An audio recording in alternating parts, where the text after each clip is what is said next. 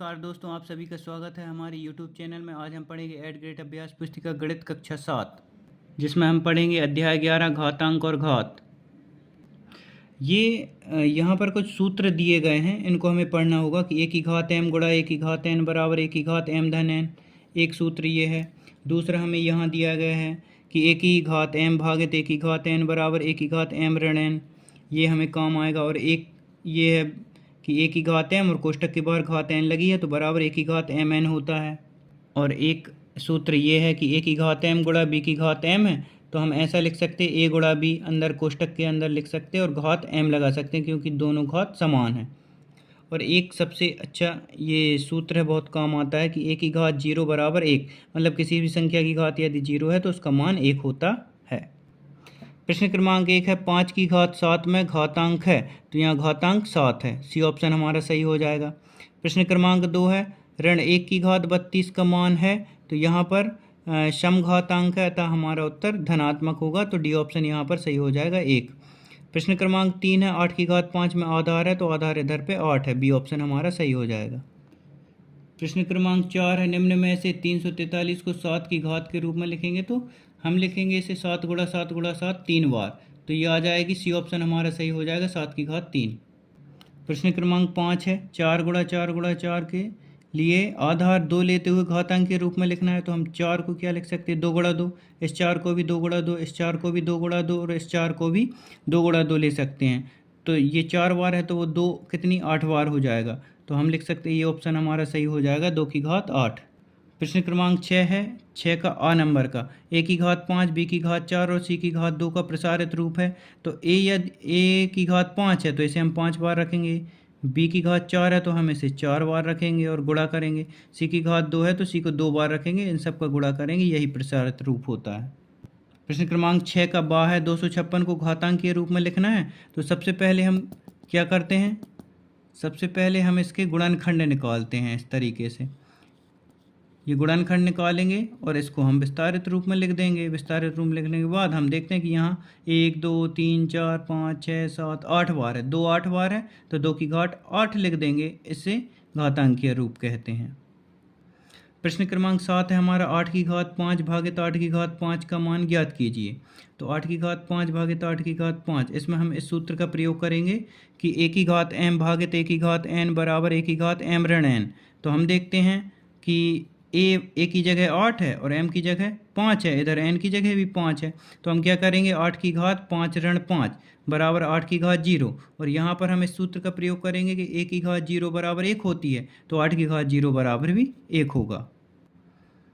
अब हम देखते हैं प्रश्न क्रमांक 8, ये हमें एक संख्या दी है, इसको मानक रूप में लिखना है। इसको मानक रूप में लिखने के लिए हम 10 की घात के रूप में व्यक्त करते हैं इसे, तो इधर हम 3 के बाद दशमलव लगा रहे हैं, 3.41 लिख रहे हैं, और पीछे ये जो संख्याएं लिखी हैं ना, जितने दशमलव के बाद हम कितने भी शून्य लगा सकते हैं, कोई फ़र्क नहीं पड़ता, मगर इधर दशमलव के बाद की जितनी संख्या है, जैसे हम 3.41 लिखा है तो 3 यहाँ दशमलव लगा है, इसके बाद जितनी संख्या है 1 2 3 4 5 6 7 8 9 9 है, तो 10 की घात हमने यहाँ 9 लिख दी है, तो ये इसका मानक रूप होगा 3.41 गुणा 10 की घात 9।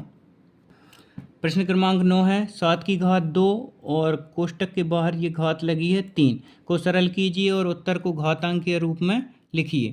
तो इधर हम देखते हैं 7 की घात 2 है और पूरे घात 3 लगी है, तो इधर हम इस सूत्र का प्रयोग करेंगे, a की घात m और कोष्टक के बाहर घात n लगी है, तो इसका होता है बराबर 1 की घात m गुणा n, तो यहाँ भी 2 और 3 का गुणा हो जाएगा, तो 7 की घात 2 गुणा 3 और 2 3 6, तो 7 की घात 6 हमारा उत्तर हो जाएगा। अब हम देखते हैं प्रश्न क्रमांक 10, सरल कीजिए और उत्तर को घातांक के रूप में लिखिए। तो हम देखते हैं इधर लिखा है 2 की घात 3 और पूरे घात लिखिए 3 गुणा 3 की घात 9 गुणा 5 की घात 9। अब हमने अभी एक सूत्र का प्रयोग किया है कि a की घात m और कोष्टक के बाहर घात n लगी हो, तो इसका क्या हो जाता है a की घात m गुणा n, ऐसे 2 की घात 3 लगी है और कोष्टक के बाहर घात 3 लगी, 3 और 3 का गुणा हो जाएगा, तो 2 की घात 3 गुणा 3 और गुणा 3 की घात 9 लिखा ही है, गुणा 5 की घात 9 लिखा ही है, तो 3 का गुणा 3 से करेंगे तो 3 का 9 आ जाएगा, 2 की घात 9 गुणा 3 की घात 9 गुणा 5 की घात 9। अब हमने एक और सूत्र देखा था कि a की घात m गुणा b की घात m बराबर a b की घात m होती है, तो यहाँ जो तीनों संख्याएं दी हैं इनकी घातांक समान है, अतः हम कोष्टक के बाहर तीनों की घातांक समान लगा सकते हैं। तो 2 गुणा 3 गुणा 5 की घात आ जाएगी 9। तो हम देखते हैं 30 की घात हो जाएगी 9, 2 3 6 और 6 पंचे 30। प्रश्न क्रमांक 11 है 128 गुणा 81 को केवल अभाज्य गुणनखंड की घातों के गुणनफल के रूप में लिखिए। तो हमने 128 के अभाज्य गुणनखंड निकाले, यहाँ 81 के गुणनखंड निकाले हैं। अब हमने देखा 128 गुणा 81 और इनके अभाज्य गुणनखंड जितने आए उनको इधर लिख लिया है, 81 के आए हैं इधर लिख लिया हमने उनको। अब हमने देखा कि 2 कितनी बार आया है इधर, 1 2 3 4 5 6 7, तो 7 बार आया तो 2 की घात हमने 7 लगा दी। 3 कितनी बार आया है, 4 बार, तो 3 की घात हमने 4 लगा दी। अब हम देखते हैं प्रश्न क्रमांक 12, इधर लगी है 7 की घात 2 और गुणा 3 और 7 की घात 2 और कोष्टक के बाहर घात लगी है 3, में से कौन बड़ा है। तो हम सबसे पहले इसको हल करते हैं, 7 की घात 2 गुणा 3 को। 7 की घात 2 का मतलब है 7 गुणा 7 और गुणा 3 है ही, तो 7 7 49 तिया 147 होते हैं। अब हम 7 की घात 2 और घात 3 है, तो हमने एक सूत्र पढ़ा है a की घात m और कोष्टक के बाहर घात n है, तो क्या हो जाता है a की घात m गुणा n। तो उसी से हमने इसको हल किया, 2 3 6, तो 7 की घात 6 हो गया है इधर। बराबर में क्या आ जाता है, 7 6 बार लिखेंगे इधर, तो 7 का जब गुणा करेंगे हम 6 बार कि 7 7 49 49 7, ऐसे करके हम इसका गुणा करेंगे तो क्या आएगा, ये आएगा 1,17,649, जो कि इससे काफ़ी बड़ा है, 147 से काफ़ी बड़ा है। अतः हम कह सकते हैं कि 7 की घात 2 और पूरे घात 3 बड़ी संख्या है।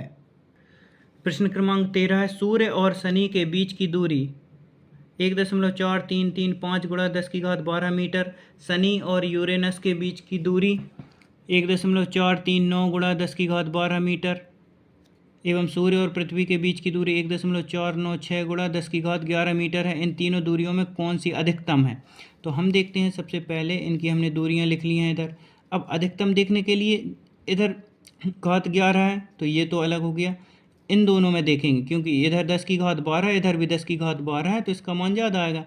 अब ये तो बराबर हैं दोनों, अब हम इसको देखेंगे। इधर 1 दशमलव, दोनों के पूर्णांश बराबर है, दशमलव के बाद ये पहली संख्या ही बराबर है, दूसरी संख्या की बराबर है। तो अब हम तीसरी संख्या देखेंगे, तो तीसरी संख्या किसकी बड़ी है, इधर 3 है इधर 9 है, तो इसकी बड़ी है।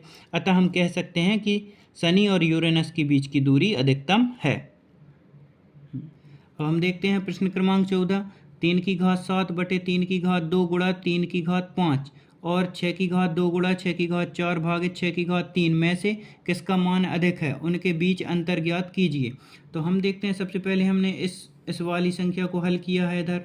तो हमने देखा 3 की घात 7 बटे 3 की घात 2 गुणा 3 की घात 5 है। इधर हमने इस वाले सूत्र का प्रयोग किया, a की घात m बटे a की घात n बराबर a की घात m ऋण n, ये सूत्र होता है। इसमें हमने इसका मान रखा तो क्या हो जाएगा, m ऋण n, ये हो गया m, ये हो गया n, तो 7 में से 2 घटा देंगे, 3 की घात आएगी 7 ऋण 2 और गुणा में 3 की घात 5 ये है, तो ये लिखा है, और 7 में से 2 घटाओगे तो क्या आ जाएगा, 3 की घात 5 गुणा 3 की घात 5। अब हम यहाँ पर इस सूत्र का प्रयोग करेंगे, a की घात m गुणा a की घात n बराबर होता है a की घात m धन n, तो 3 की घात 5 धन 5 हो जाएगी इधर। तो 3 की घात 5 धन 5 मतलब क्या होता है, 5 और 5 को जोड़ेंगे 10, तो 3 की घात 10 बन जाएगी, और 3 की घात 10 को हम हल करेंगे तो ये आ जाएगा 59,049। अब हम इसका जो दूसरा मान है इसको हल करते हैं। तो यहाँ देखते हैं 6 की घात 2 गुणा 6 की घात 4 भागित 6 की घात 3 है, तो गुणा में घातें जुड़ती हैं, तो हमने इसको और इसको जोड़ा है कि 6 की घात 2 धन 4 और भागित किया है 6 की घात 3। इधर 6 2 और 4 6 हो जाएगा, 6 की घात 6 भागित 6 की घात 3 और भाग में घातें घटती हैं, तो 6 की घात 6 ऋण 3, 6 की घात 3 आएगी, तो आ जाएगा इधर 216। हम देखते हैं इसमें और इसमें अंतर पूछा है हमसे, उनके बीच का अंतर पूछा है, तो इसमें से इसको घटा देंगे तो 58,833 अंतर हो जाएगा इनका। और ये वाली जो संख्या है ना, इसको जब हमने किया तो ये मान आएगा, इसको हल किया तो ये मान आएगा, तो इसका मान अधिक होगा। अब हम देखते हैं प्रश्न क्रमांक 15, पैटर्न बनाकर दर्शाइए कि किसी भी संख्या पर घात शून्य का मान 1 होता है। तो हमने यहाँ एक सूत्र पढ़ा था, a की घात 0 बराबर 1 होता है, तो इसे हम डिफाइन करते हैं, कैसे सॉल्व करते हैं इसको देखिए। हमने सबसे पहले लेफ्ट हैंड साइड मतलब a की घात 0 ले लिया, a की घात 0 ले लिया, तो हम 1 में से 1 घटाएंगे, इसकी घात में हमने 1 ऋण 1 किया है, मतलब 1 में से 1 घटाएंगे तो 0 आ जाएगा। अब हमने घातांकों को अलग अलग किया है, एक की घात एक लिखी है और एक की घात ऋण एक लिखी है, क्योंकि गुणा में घातें जुड़ती हैं तो यही बन जाएगा। अब हम देखते हैं कि जिसकी ऋणात्मक घात होती है वो हर में आ जाता है, तो इधर एक की घात ऋण एक है तो एक इसका सूत्र होता है कि 1/a हो जाता है ये, तो एक की घात एक गुणा 1/a की घात एक, तो इससे एक कैंसिल हो जाएगा तो एक बचेगा, अतः हमारे ये सिद्ध होता है। इसी प्रकार हमने एक उदाहरण लिया है कि 5 की घात 0 बराबर 1 है, तो हमने लेफ्ट हैंड साइड लिया 5 की घात 0, 0 करने के लिए एक ऋण एक कर सकते हैं, एक में से एक जाएगा तो 0 बचेगा। फिर हमने इसको अलग अलग घातांकों के रूप में लिखा कि 5 की घात 1 गुणा 5 की घात ऋण 1, तो और ऋणात्मक जब घात रहती है तो बटे में पहुंच जाती है संख्या, तो 5 की घात 1 गुणा 1 की घात 1/5 की घात 1, तो 5 से 5 कैंसिल हो जाएगा, इधर भी 1 बचेगा। ऐसे ही हमने 99 का भी ऐसे ही हल किया है और इसे सिद्ध किया है। अगले अध्याय के लिए हम अगली वीडियो में मिलते हैं। धन्यवाद।